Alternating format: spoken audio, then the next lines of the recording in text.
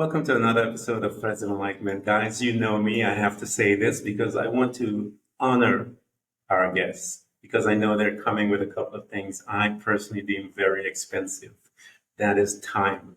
And Lee, I want to thank you for coming and share this commodity. This thing is precious. And I try to educate my listeners and who I tell to become hearers so that they can understand the value of time. You have to learn to love it. You have to learn to respect it. You have to learn to honor it. And once you do, it will honor you.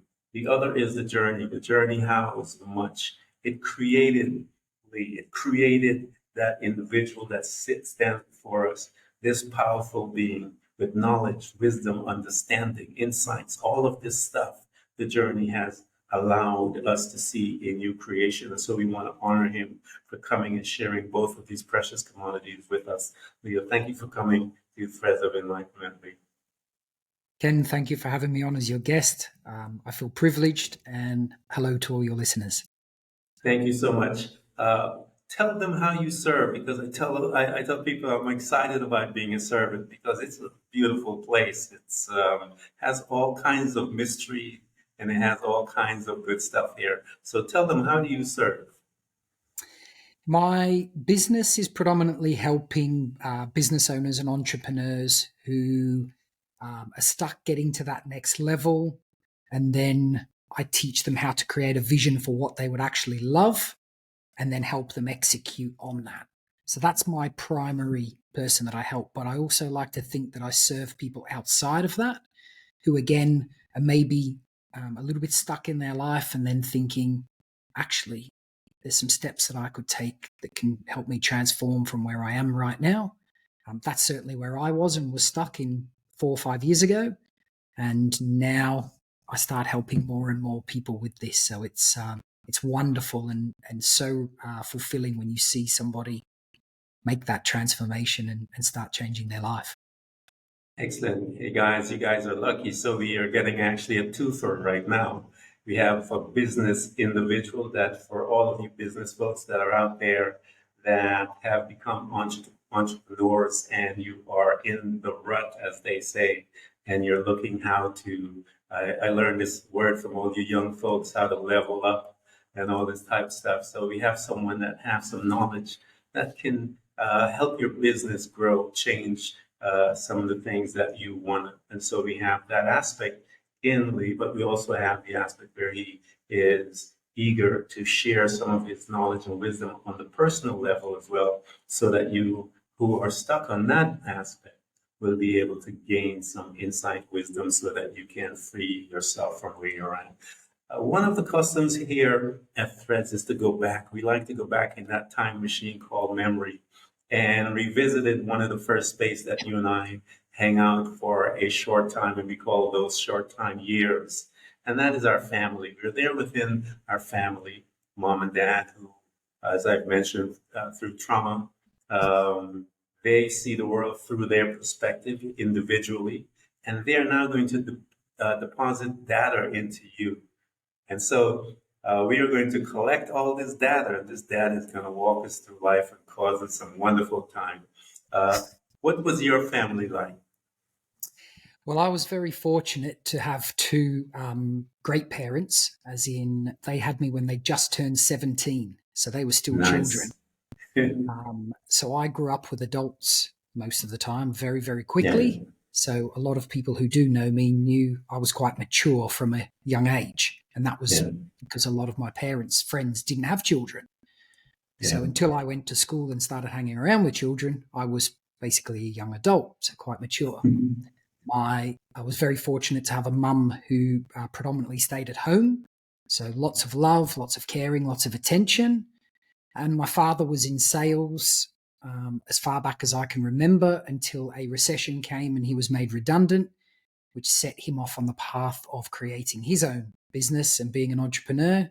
So I was able to watch him work very hard in a business, maybe create some beliefs that I thought you had to have to run a business. Again, not criticizing him or saying things were bad, but as you were talking about some of the character traits that they give you that you're watching, I believed that you had to be at work all the time to make something successful. And that was a pattern that I took into my adult life when I set up my business at 27, which then led to some challenges that we'll probably dive into through this conversation. So Yeah, that was it's I had funny. an Australian father and a British mother. So Okay. my early years were in Australia until I was 19, and then I grabbed my backpack, headed to the UK, settled in England, went to university here, and then, like I said, set my business up at 27. Good. I want to talk to you since you mentioned the backpack thing. Here's this 19-year-old guy who made it through the adult. I'm sure you're through the adult in high school. You were the adult while all the other boys were acting like high schoolers. What caused you to pick up that backpack? What was the incident that came into your life that says, you know what, I want to try this out? I think it's a great question, actually, and I've often thought of this. I think I'd gone to university in Australia and was into my second year, and I felt a little Mhm. bit lost. Most of my friends had gone and got a trade job, so a builder, a plumber, electrician, whatever, and I'd chosen the path of study, and there was only me and maybe one other.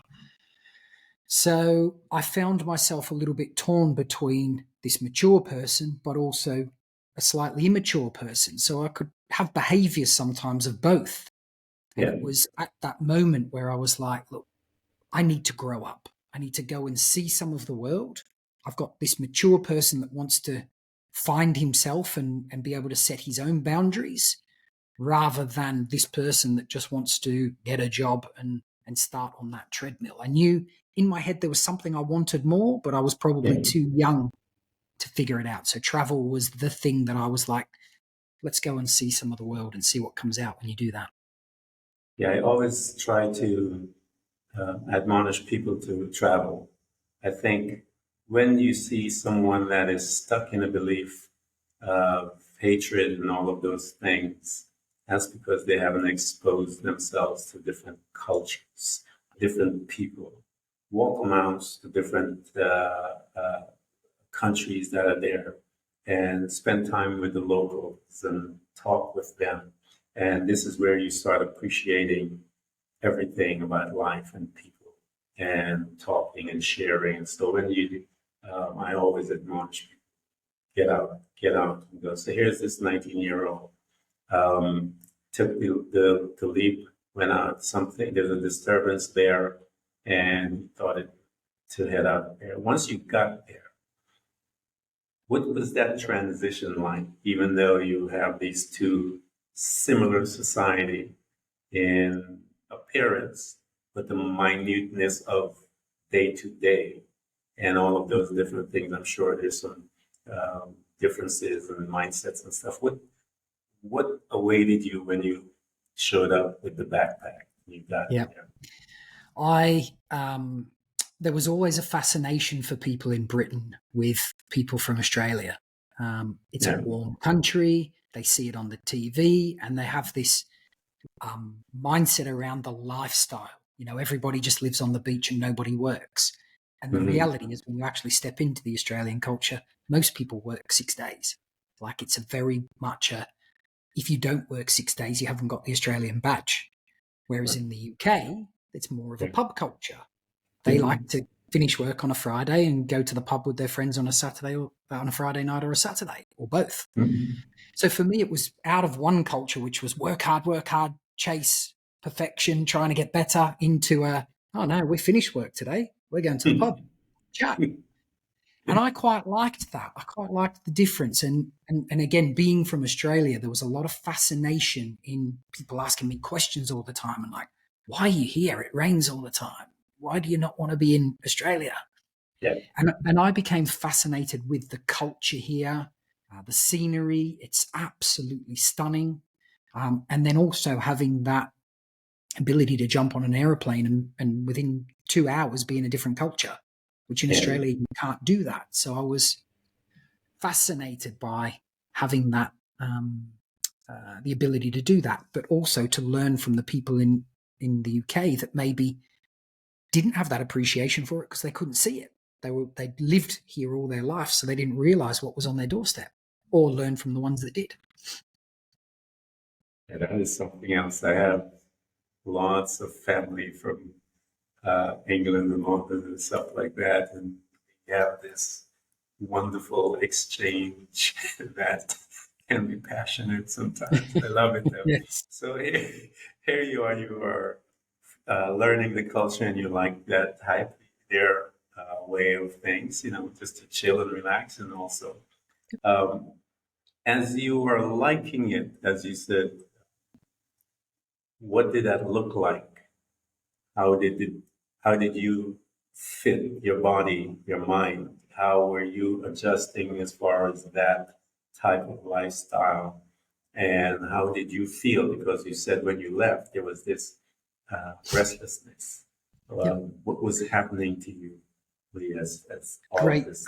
great question. I felt for the first time that I was able to set my own boundaries and my own agenda. Now, that's not Mhm. taking anything away from my parents, but they were young. So even Yeah, at 18, they were only in their mid 30s. So they were yeah, still young. Like, if you think about it, and they've all of a yeah, sudden got this teenager to deal with who's got his very strong opinions and is quite old, mature for his age, that yeah. all of a sudden wants to leave the home. And because my parents weren't ever really children, they, Mhm. I would say, didn't really know how to be a teenager because Yeah, they were thrust into being a parent straight away. So, like I said, never a criticism of them. It was just that was their curriculum. That's what they had. yeah, And then all of a sudden, they've got this boy that's like, I'm putting my backpack on and I'm off to see some of the world. And that was in their mind like, whoa. yeah, Little did they know that I was going to settle and really grab the opportunity because I thought it was a fantastic country, a fantastic education system. And so I started university over here. yeah.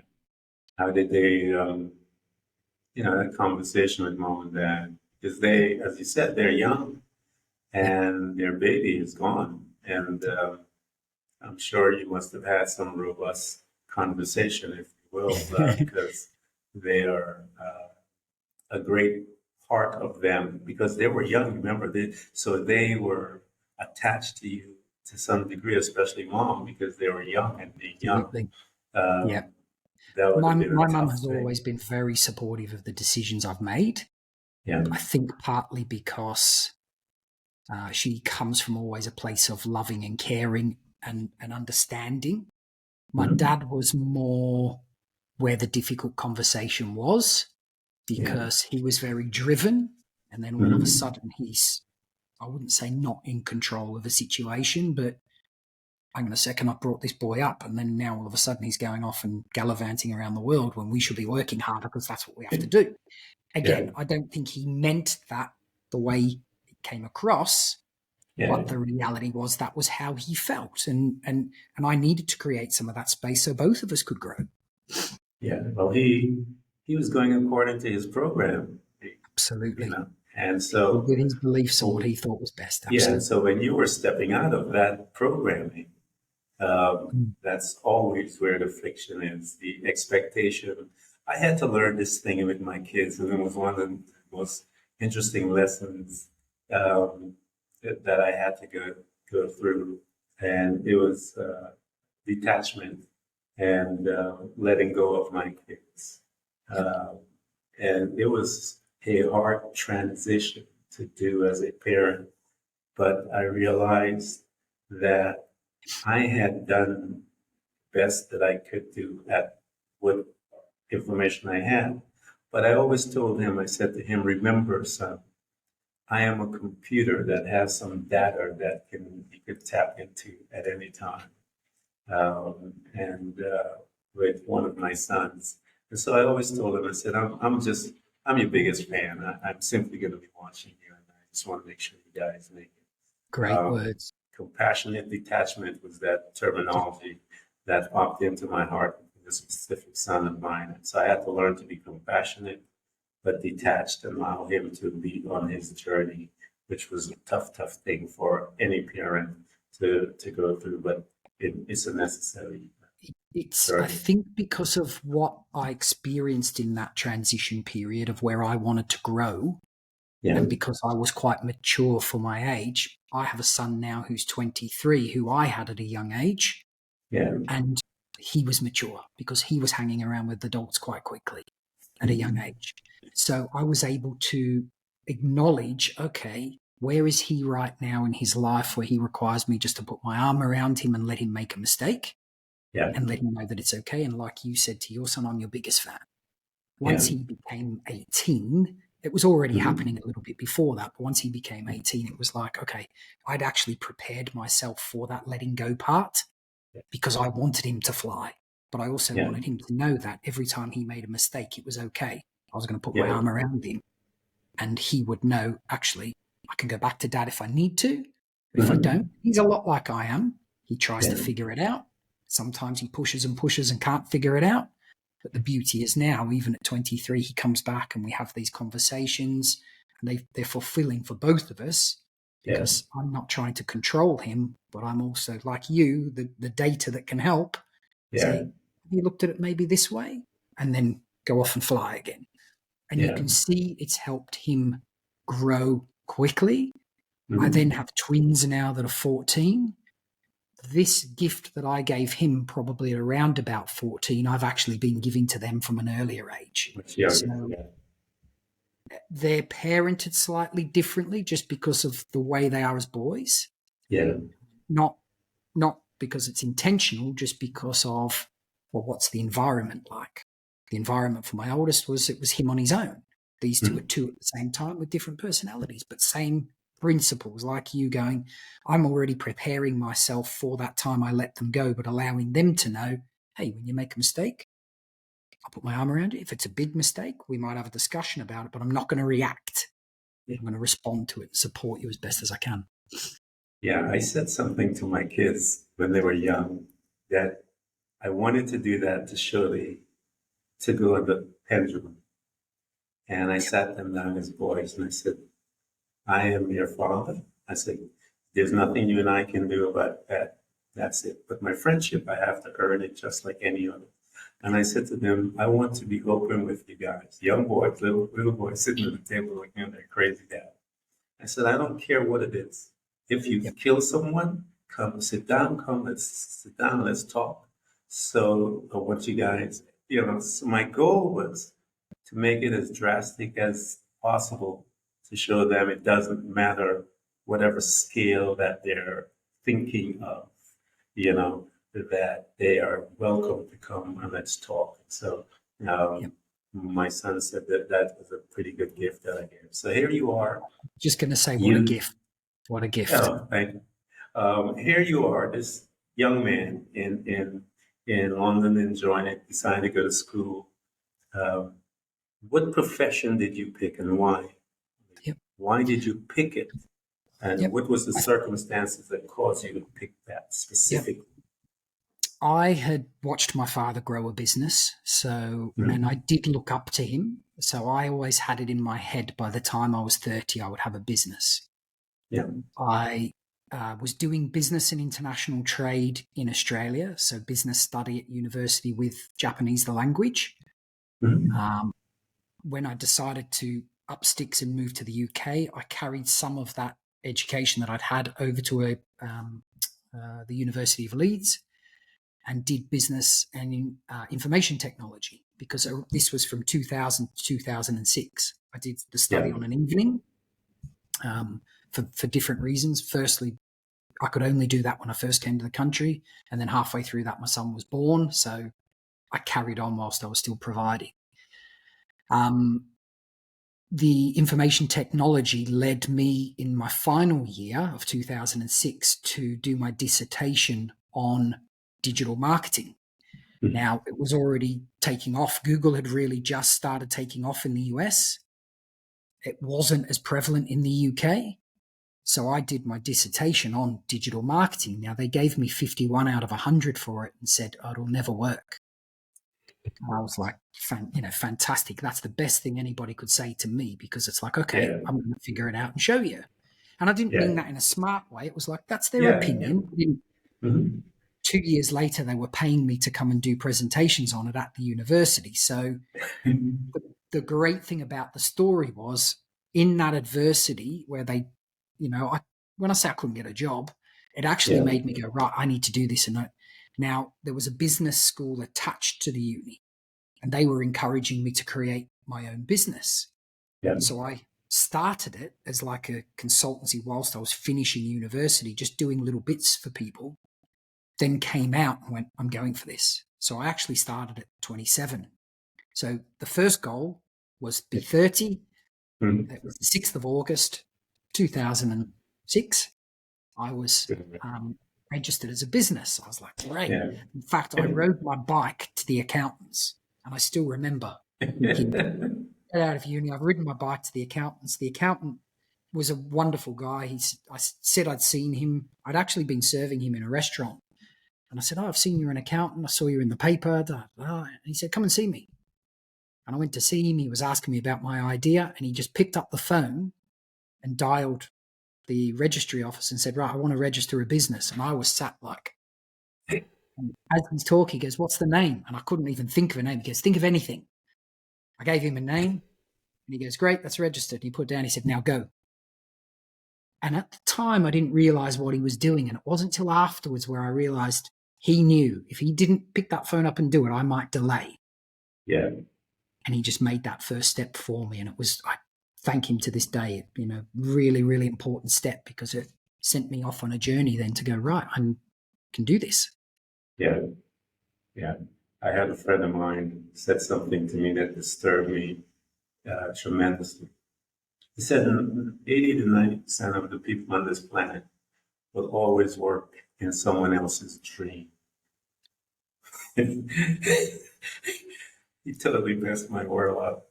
He said most of them are satisfied working in that world to make someone else's dream a reality, and always not their own.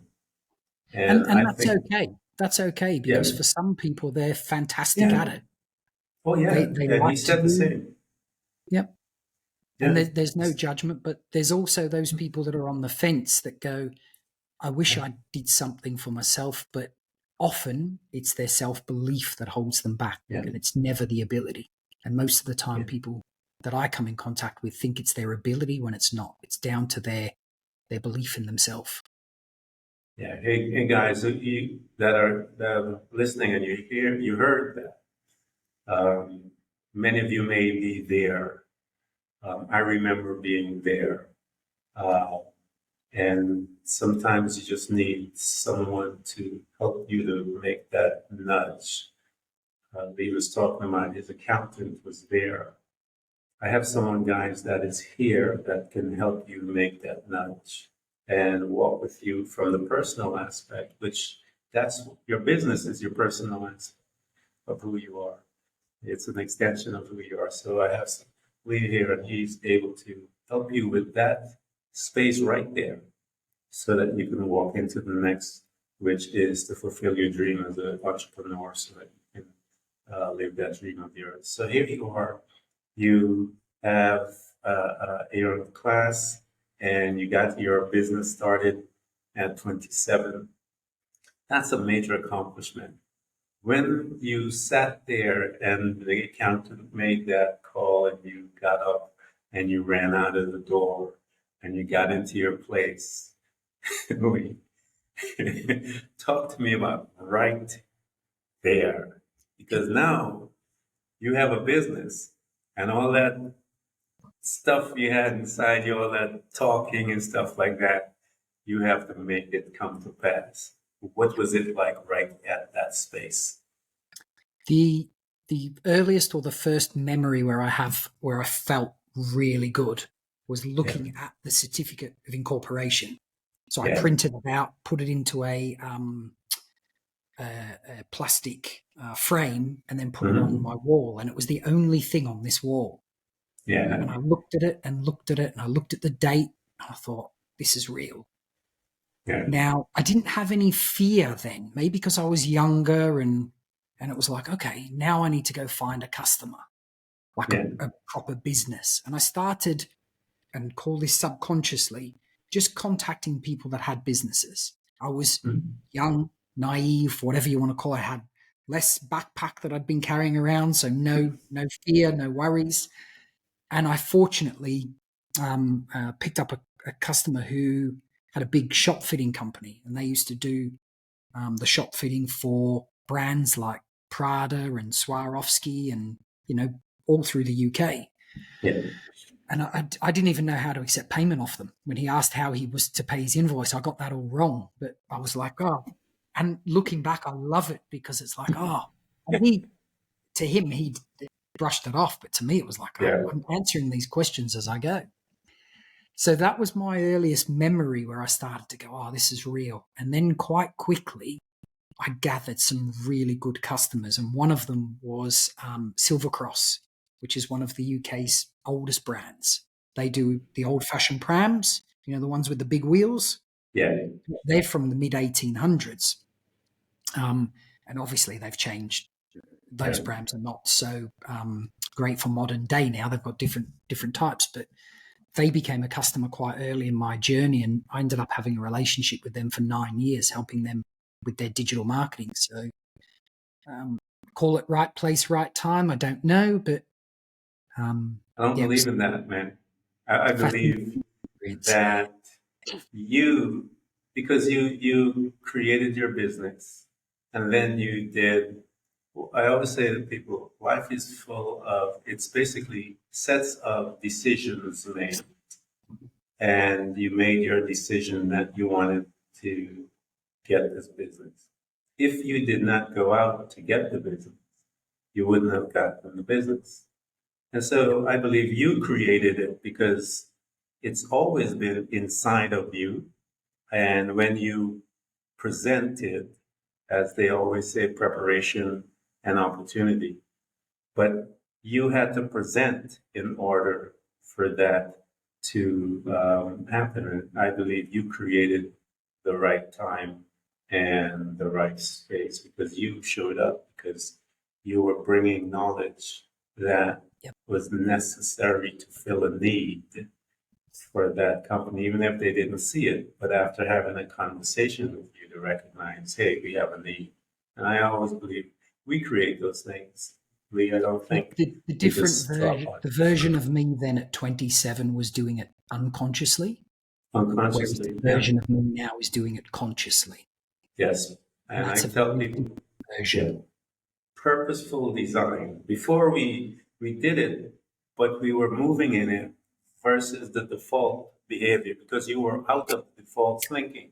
You had to become a thinker, someone different. So you came out of that defaultness and you were operating in it, but you didn't have the understanding or the clarity of it. But now that you have the clarity, it becomes, and I'd say to them, it is purposeful designing that one embarks on, but you have to go through the journey to recognize that. Yeah. And once you recognize it, life becomes an interesting aspect of you because you see yourself creating it now. So here you are, this young man out there hanging out with some of the old money, as they say. You were there with boys from the 1800s and all this stuff, and they have their thinking and then you have yours. How was some of those conversations when you, because this young buck is showing up telling me what to do with my company and stuff like that. It's been around since the 1800s. I know you're going to learn from these men.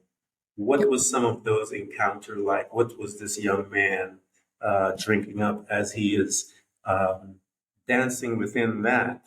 But yet he doesn't have it all clear yet, but he is moving within the space. Yep. What I noticed through that period, it was never actually the owners that were the challenge, it was the people around the owners.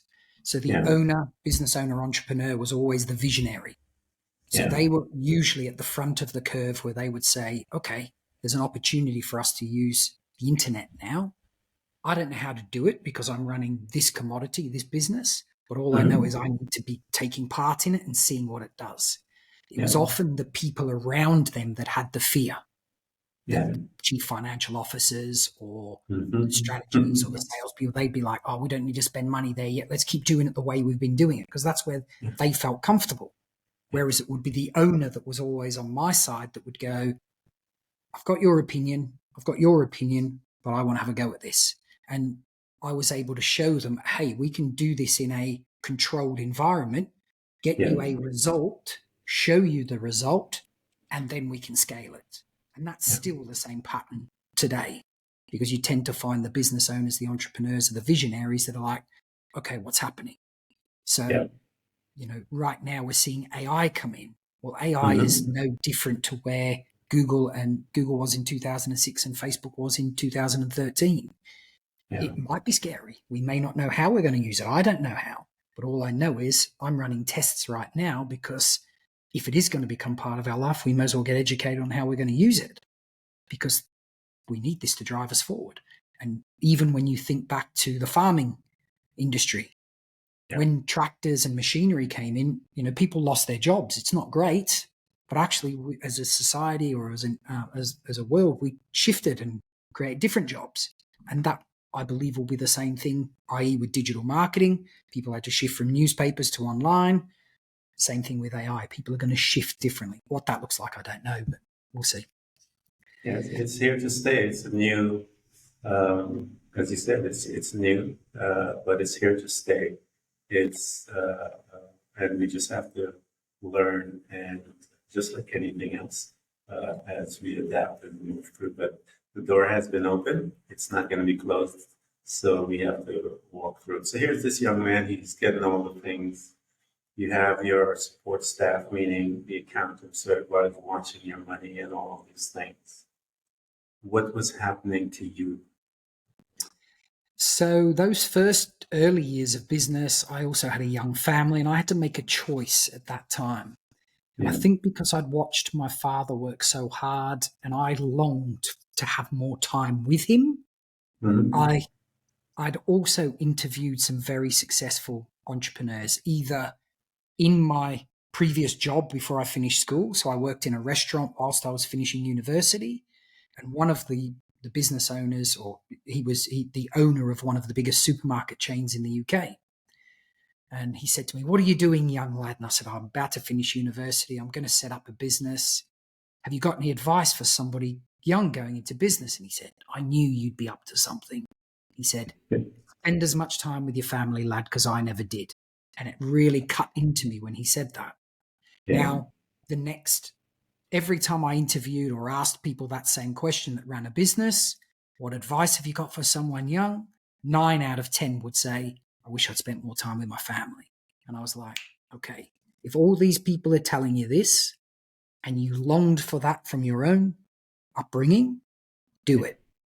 Now, what I will say to your listeners is, for those in business, that's really challenging, Yeah. because there's a fine line between balancing how much time you do give your kids for both your benefit and theirs, but also you've got bills to pay and responsibilities and a lifestyle possibly to upkeep.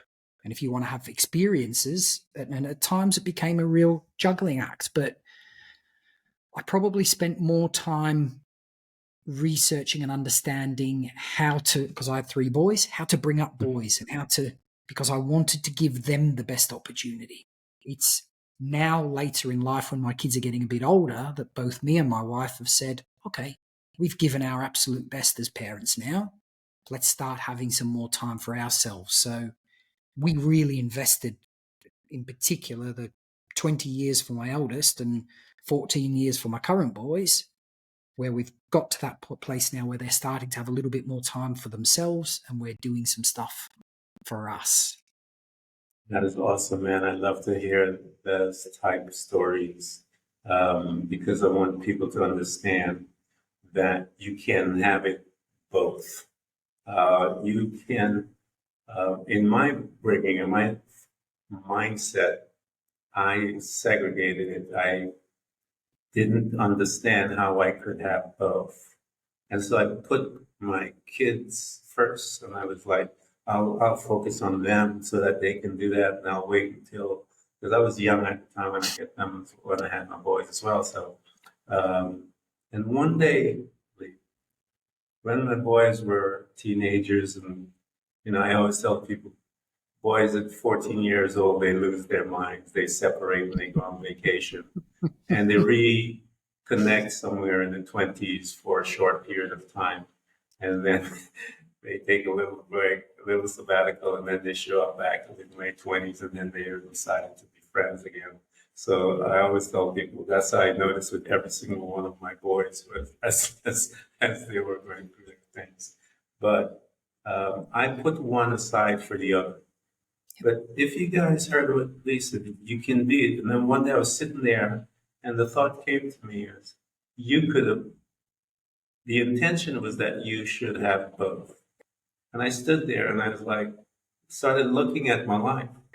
I realized, yeah, I could have done it if I had done exactly if I had put the time in, the pattern, the study, how to do it, because there's folks out there who have done it and achieved those balance, the yin and yang is of life. And you business guys and women that are listening to us, you can do them both, but you need some guidance. Lee here is he's done this, and you guys need to tap into his knowledge as to how he did it, because it becomes very important. You heard about all the men that had their businesses, and then he would ask that question. All 9 out of 10 said to him, "Family," and family is important. So get in touch with him, talk to him about that, and he will guide you and steer you. Again, I wanted to show you guys the connection. I know I had separated in the beginning when I said business and personal, but it's always personal and business. It is always that, because you are your business, and whatever mindset you bring into it, it is personal. It'll manifest in your business. So here you are. Talk to us about the mindset aspect of your journey, because you said this 19-year-old guy and 20 and stuff like that is 20. He's dancing in that field, but he didn't get the revelation of the power of it. And so talk to us as you were walking towards that. What were these incidents that were coming up in your life that were pulling you towards the better understanding of the mindset? Yep. So in my late 30s, I'd been 14 years into business. I started to have this little bit of longing and discontent, which was, don't get me wrong, I was very grateful for the customers and the business that I had and doing their digital marketing for them. But I wanted to do more and make an impact in the world. I just didn't know what that looked like. So that was my longing. My discontent was actually I wasn't overly happy with the business. Was quite call it a pressured environment for someone who wanted to be fully present as a dad, to giving the energy and the time to my business, to also trying to maintain a personal life with friends and so forth. And at times that became sometimes a little bit strained or difficult because I couldn't do all three.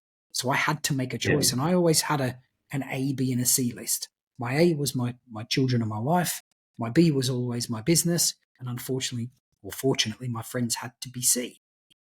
And some of them understood that well. Others found it a little bit harder to deal with, especially if they didn't have children, because timing was different. So I got into my very early 40s, so call it 2019, and I was starting to feel some pressure. Now, as much as the business was giving me a little bit of pressure, what I'd actually been doing was, like a lot of men do, holding stuff in my whole life. So from a teenager right up for a good 20, 25 years, not where it was completely consuming, but most days I would hold stuff in. So that would be anger, frustration, worry, fear, doubt, and I wouldn't express it and show anybody. To everyone on the outside, I always looked like this super positive person that was always taking steps forward, that was doing his best as he could as a dad and a partner. But actually, sometimes the conversation internally was very different. It was worry, doubt, fear. how am I going to grow this business? I really want to be here, but I'm here. I've got children. Now I've got 3 boys and they're all growing up and have slightly different needs, but never once did I ever think, oh, my boys came first, like you. My boys came first. My wife was part of that equation as well as a family unit, and at business at times was challenging. Yeah. So the 1st of August 2019, it's actually the morning of my boys. Go back a step to July. July, I'm in the garden playing football with my boys. I'd finished work during the day. I could start to feel my chest was hurting a little bit. My back was hurting. We're playing football, and then all of a sudden I just couldn't go. I just could not play, which is not me. I've always been, I'd done marathons in the past. I'm fairly healthy what I eat. I'd go to the gym. This day I couldn't go. And I can still remember my kids circling around me. Come on, Dad, are you giving up? And they knew that wasn't in my psyche. And I just couldn't go. And my wife was like, there's something wrong. You need to go get checked. I had a couple of blood tests. They said, we'll contact you in a few days when we've got the results. Anyway, that night, my phone rang. And initially I didn't answer it. And I thought, oh, that's an unknown number. I wonder. They left a message and it was the hospital. We need to speak to you. So I called them back. It was late at night. And they said, look, we'd like you to come in now. We're going to give you a bone marrow and do a test. And I said, what, right now? They said, no, first thing in the morning. I said, look, I don't want to worry my family. If it's okay, I'll come in first thing in the morning. I'm good at getting up, so I'll be in. And even then I was still thinking it's a virus or something. I was still got this mystical mind that it was nothing major.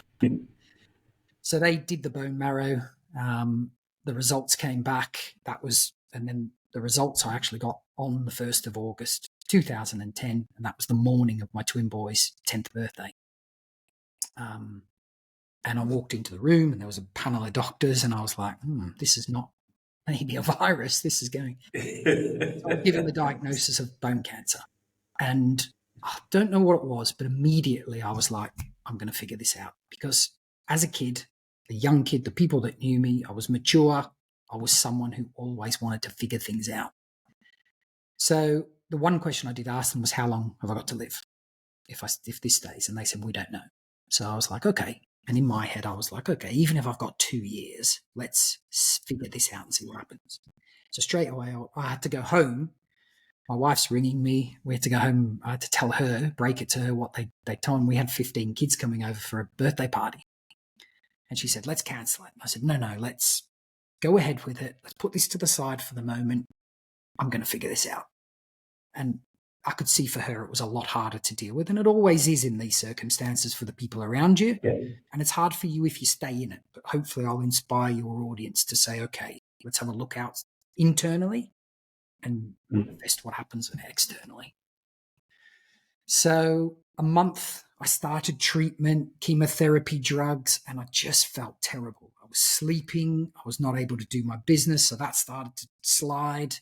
I was showing up and pretending that everything was okay, but actually I'm at home going, I'm not feeling good. And we didn't want my youngest children to know, only because we were still dealing with it and they were too young. Yeah. My eldest, we told, he was a little bit older. And a month into it, I'm looking at this point. I'm like, okay, I'm starting to look to find what, I didn't know what it was going to look like, but I was looking. And this Facebook advert popped up in front of me from an old, wise gentleman I'd never heard of before. And he said, your way's not working. Why don't you try mine? I thought, he's pretty much knocked it on the head there. I'm interested. So I looked and had a look. And I did a bit of research and quite quickly found out he'd been in the personal development industry for 60 years. For those listeners that know him, that was Bob Proctor.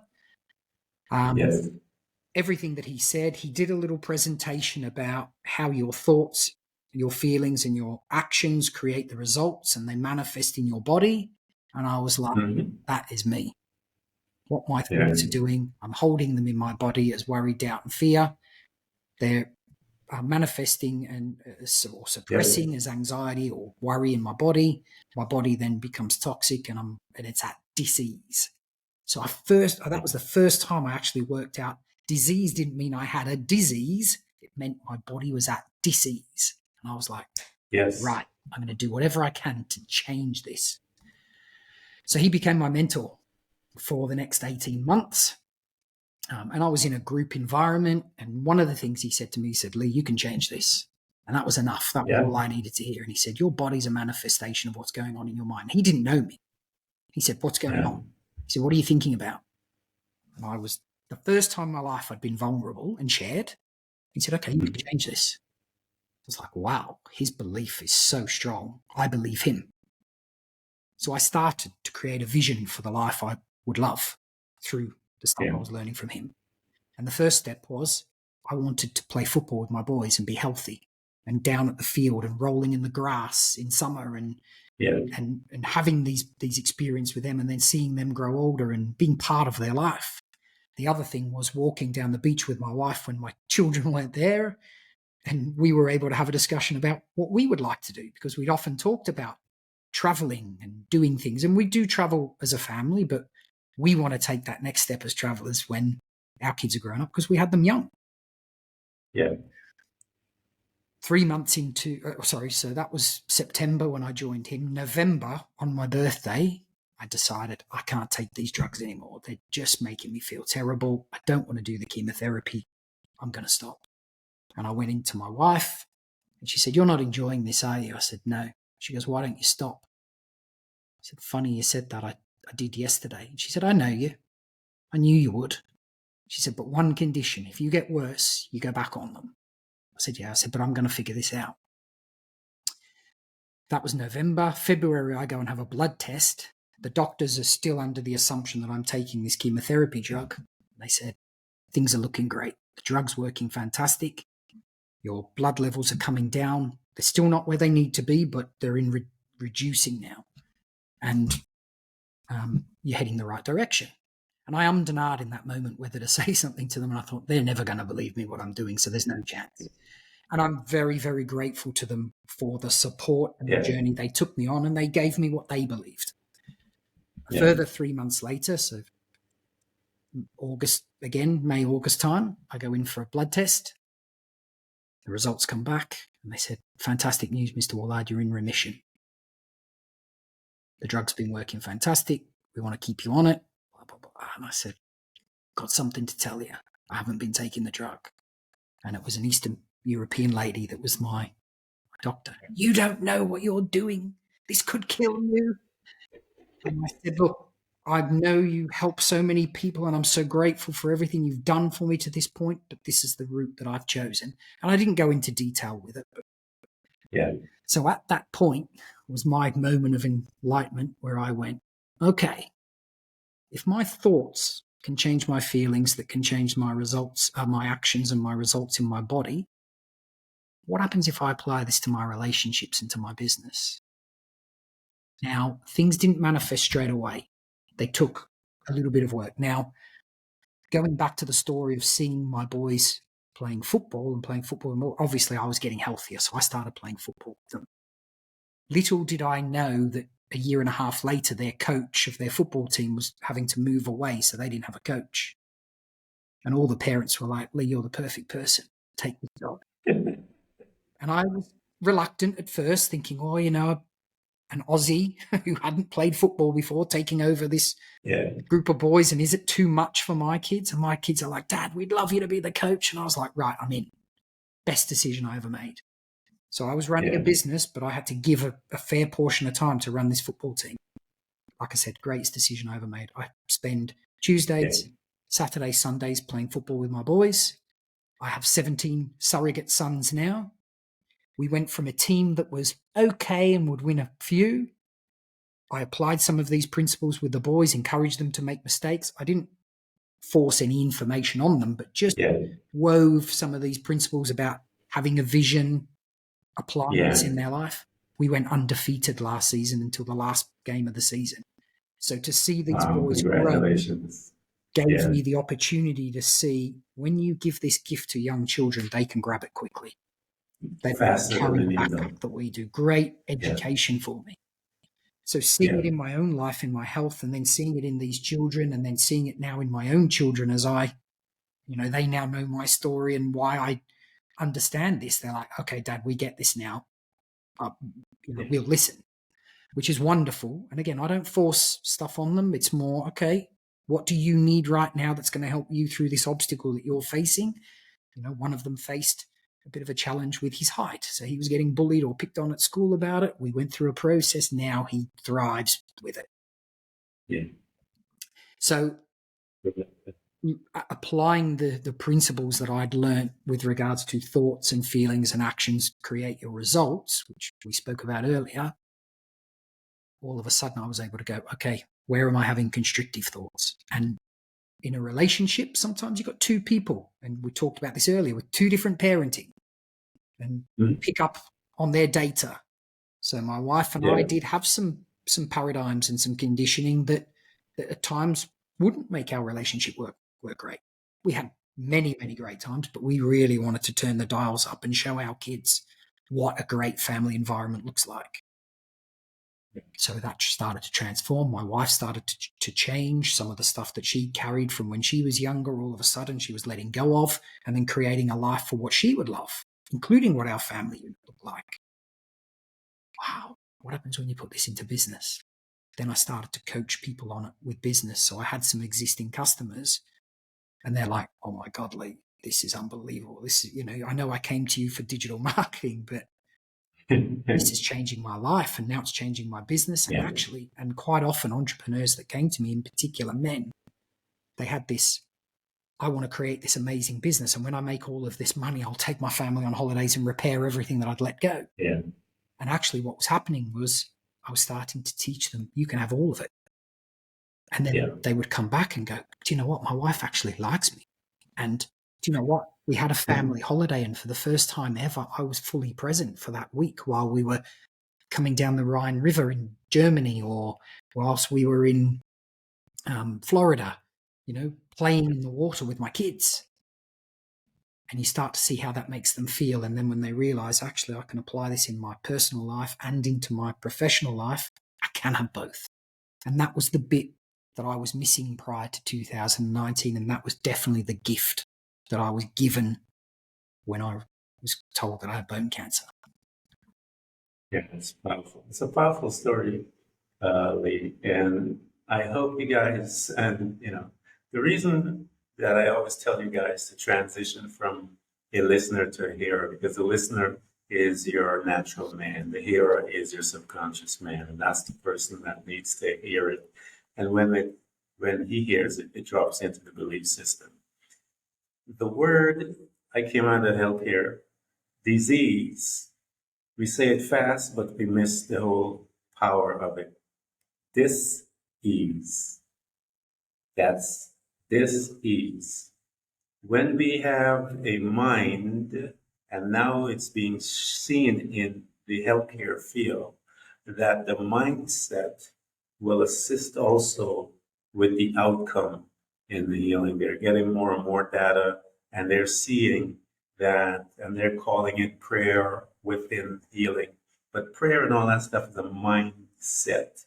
And when you learn of the process, that dis-ease that manifests arthritis, cancer, there's all kinds of a litany of names that they have for it.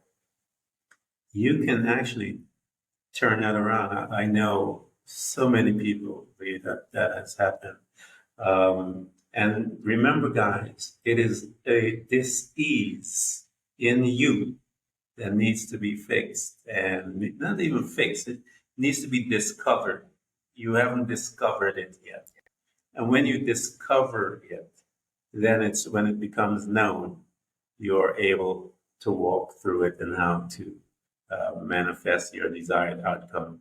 We want you to talk to them about the process, because I've seen the manifestation within the body, lack of forgiveness. One particular lady I saw, she refused to forgive her husband and manifested in crippling arthritis. And I knew it, and I asked her, I said, why don't you forgive your husband? She said, no, I will not. I said, if you forgive him, that thing will move. She said, no, he cheated on me with my best friend.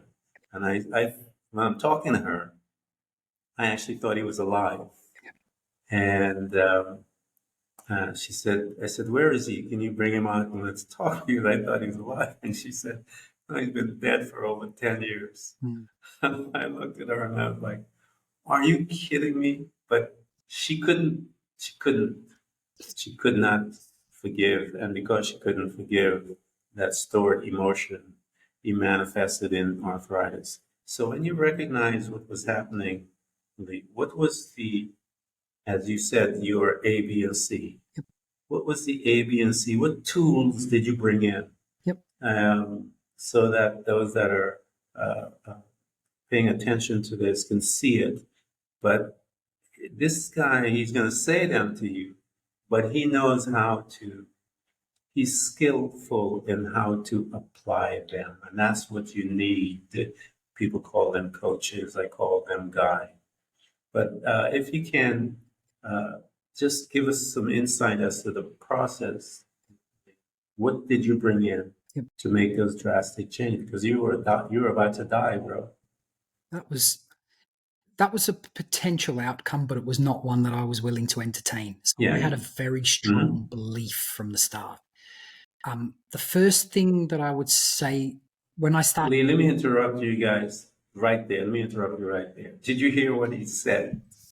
That is the probably most important thing when you are doing that, because that strong belief is the foundation of the whole process. It is the foundation. I hope you guys got that. Yep. Because now, because he has this strong belief, he is going to implement a process by which he's going to support that strong belief. Sure. So go ahead. Very, very good point picked up on there. So a lot of the population, including me back then, lacked awareness. My life was happening to me by default. And a lot of the times I always thought, well, this is the cards that I've been dealt, and this is how it is. And I would often sit in the struggle, because the reality was I saw young parents. When I say they struggled, I'm not going to sit here and say, we slept in cardboard boxes or in train stations or whatever. We had a lovely family home. But my family were trying to move from one home to another home to a bigger home and climb that ladder. And their struggle was always there. So I watched this. Now, again, not a criticism of them, but they were doing the best they had. But they didn't have the awareness of what sort of environment that was creating for all of us. And it impacted them and their health and their relationships and their income. At times that they would do well, and at other times they wouldn't. It would cause stress and arguments. And this, living the life like that, wasn't what I wanted to have. I wanted the stability and the calmness. So the first step for me was definitely awareness and understanding the power of awareness. So if you look that up, there's plenty of books on it by some great authors. This knowledge has been around for hundreds and hundreds of years. What we're looking for now is, okay, that awareness, what is it? So if you're at the moment dealing with a difficult situation or circumstance, or like Ken talked about before, holding on to some frustration or anger towards somebody else, you have to make space. If you think of your human body like a computer and it's 80% or 90% taken up with anger or frustration towards somebody else, you can't make the space for good. Now, I'm not saying you have to forgive somebody because of something they did to you, because sometimes it's not very nice. I get that, but the forgiveness that you're giving is for yourself, not for them.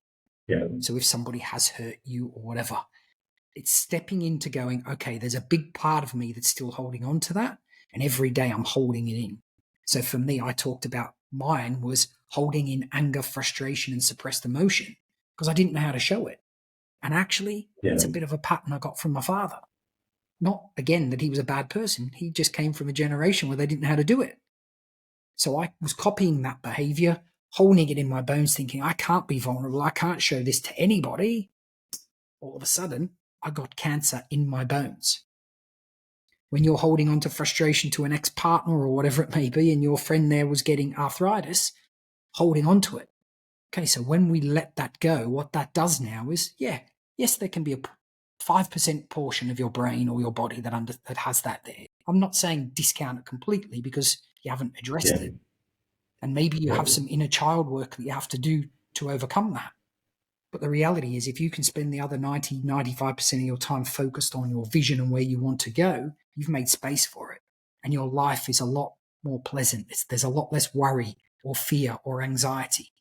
And then what happens is you're focusing on where you want to go. You have more belief. So taking yourself from having awareness to then having the imagination to go, okay, I'm not living this life anymore where it's focused on somebody doing something to me in the past, or anger or frustration or worry. I'm going to have this life where I'm focused on it's all going to work out. And when I gave you the story of me with the football, I didn't know I was going to become their coach. All I knew was I was going to be playing football more with my boys. If I'd have had the foresight back then, yeah, absolutely, I would have said, yeah, I want to be their coach. Now, I'm a big believer that when you're focused on your vision, what happens is the universe gives you what you're asking for or something even better still. And that's what I got, because I'm making memories with my boys right now that we will never forget. And I'll never forget that photograph with 17 other kids and my two boys and me and the other coach where we'd won promotion. It was a vision 12 months before that they truthfully didn't believe, but I did. And they took my belief, and when we put the steps and actions in place to make that happen. Same thing with my business. The first few months of applying this in my business, I didn't have customers, coaching customers. Then all of a sudden things started to happen and it took off very quickly. And I started to work with and attract the people that I resonated with. And that's the most fulfilling part of being alive, because you see people, you meet people, you get invited to be on a podcast or whatever, where you're impacting others and seeing their enlightenment happen, their moment where they go, wow, I can actually change these results. And it's so amazing to watch. And my 23-year-old son now, who understands this, is having people, his age group, coming to him going, how are you able to handle that situation? And what is it that you're doing? Because you're shifting. And he's now helping people around him. And you go, and he says, wow, isn't it amazing when you do? Because they come from this fear or whatever. He said, I want to do more of this. It's exciting. And I'm like, yeah, absolutely. Yeah, that is beautiful. Guys, that space that he's talking about is the space I always invite you all, every podcast, to become a servant. It is, there's so much there. Joy is something different. And those that are full of ego will never experience that. You will never know what it is to experience we all that. have forgiveness work to do.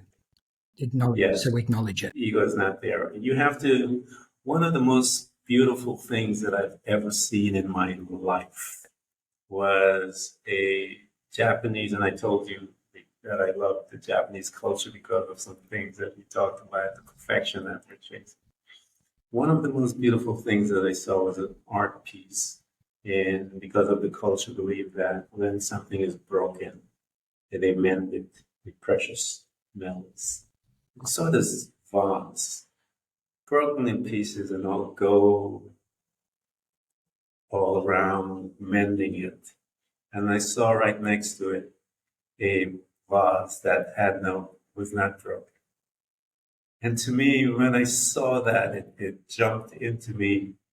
And I'm looking at two people and the beauty in the cracks, the blending of all this brokenness. To me was such a fascinating thing, how it was put together and all that stuff. That's a servant. Yeah. Servant was broken and put together by some beautiful things. And Lee talked about some of those beautiful things, that the insights that he got. He recognized the mindset. Those are the beautiful pieces that are mending that vessel and causing that beauty to stand. And when someone comes in front of that beauty, there is a power that resonates with them. And that's when you have your client, there's a power that resonates. So when he speaks to that subject, he's speaking with a certain authority of that subject. That authority was because of his experience from that situation. And so when he is saying, the words that he's saying are carried with power, which we call it in the Christian world, the anointing, the power, the faith because he knows, he believes it 100,000,000%. And he knows that whatever he's saying carries the power. When you receive it, it will set you free. And there's a proverb that we all know: the truth shall set you free, because his truth from his journey has the power to help you switch your perspective, change your life, you and your family forever. And I invite you guys have been listening to us for a while, chatting, and I wanted to walk with Lee really slowly to stop and highlight some things that he had mentioned so that you can see and where he's coming from and what he's gone through and where he is today. The business is you. You are that business. And as he said before, when he recognizes certain things, he can then apply it to the family, to all relationships. Guess what? Your business is a relationship with others.